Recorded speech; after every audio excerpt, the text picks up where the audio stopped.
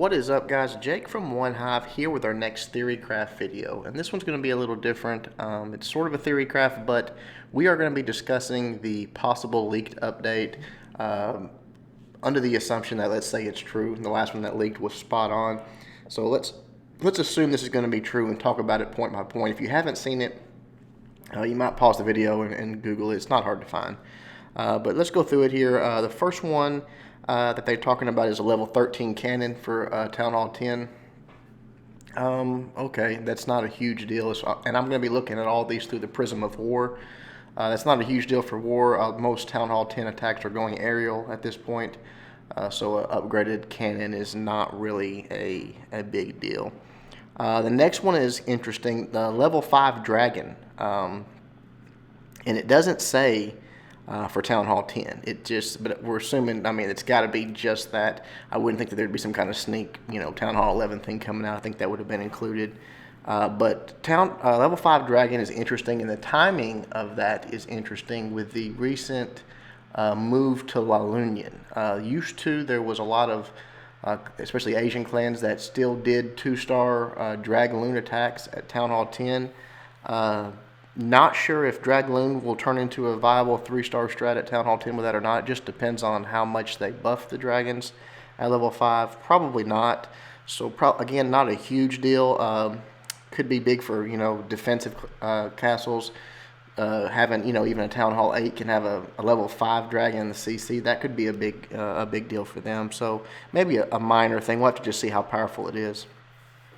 New mortar level 9 at Town Hall 10. That's big, again, for everything besides war. For farming, the cannon and the mortar getting a bump is big.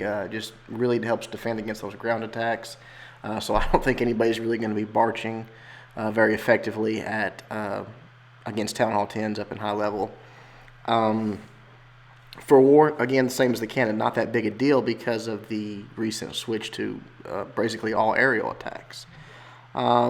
Air defense health has been increased across all levels. Stop for a drink of beer. That's interesting. I don't know if that is their attempt to mitigate maybe some of the La Lunion attack, but that doesn't make a lot of sense because the balloons are what's taking out the air defense, and I think they're probably still 2 or 3 balloons in one drop is, 2 or 3 bombs being dropped is going to take out an air defense still, even with the buff. But we'll see how that goes.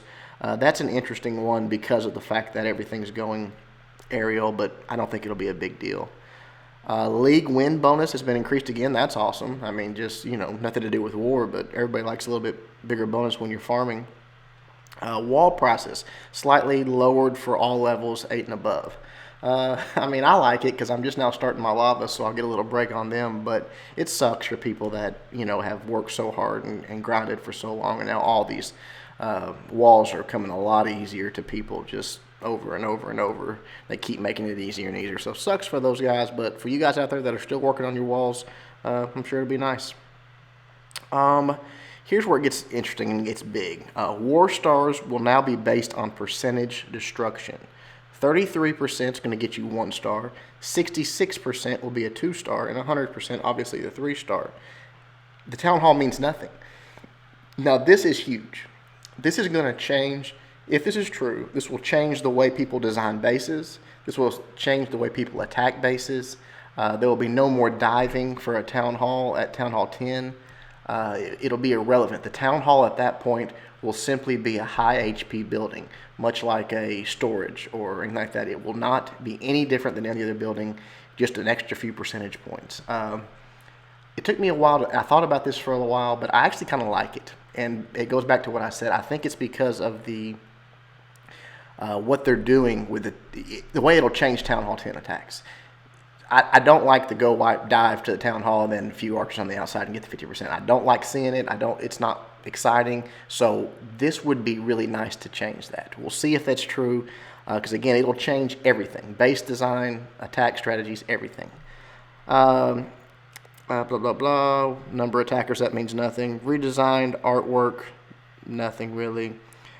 New system to prevent bot attacks. Now, I'm not taking that as I'm taking that as that the bots that farm for themselves. I don't know how a system can prevent that. I wish it said new per system to get rid of iMod, but I don't think that's what they're referring to there.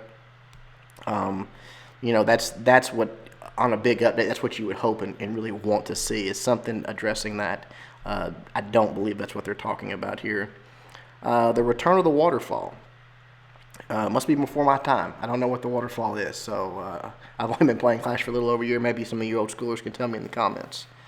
Redesign lab and clan donating user interface. That's interesting. I mean, we'll see how it goes and what they do to let us, make things a little easier on donations possibly.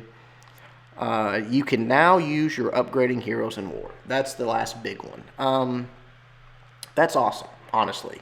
It's not a game changer because serious war clans did not go into war or into a tough war without their heroes anyways. I mean, if you were in a serious war clan, you gemmed them up or you weren't upgrading, it will give people a little more leeway to go ahead and upgrade their heroes. There won't be as much of an excuse for people that don't have the funds to just gem them up or gem the times up. So that's good. I think it's a good thing for war. I think it's been needed and people have been clamoring for it so long. They just have to break down and do it. They don't have a lot of options. So that's exciting and that's good for a lot of people, I think. And again, I'll still use some gems. It stinks for me because I've gemmed a lot of times with my heroes and stuff. But I'll still use gems when I have the resources to start another upgrade. I'll probably gem that one finished and start the next upgrade. But, we'll see if this is real. I think my gut tells me it is. It'll be pretty much spot on.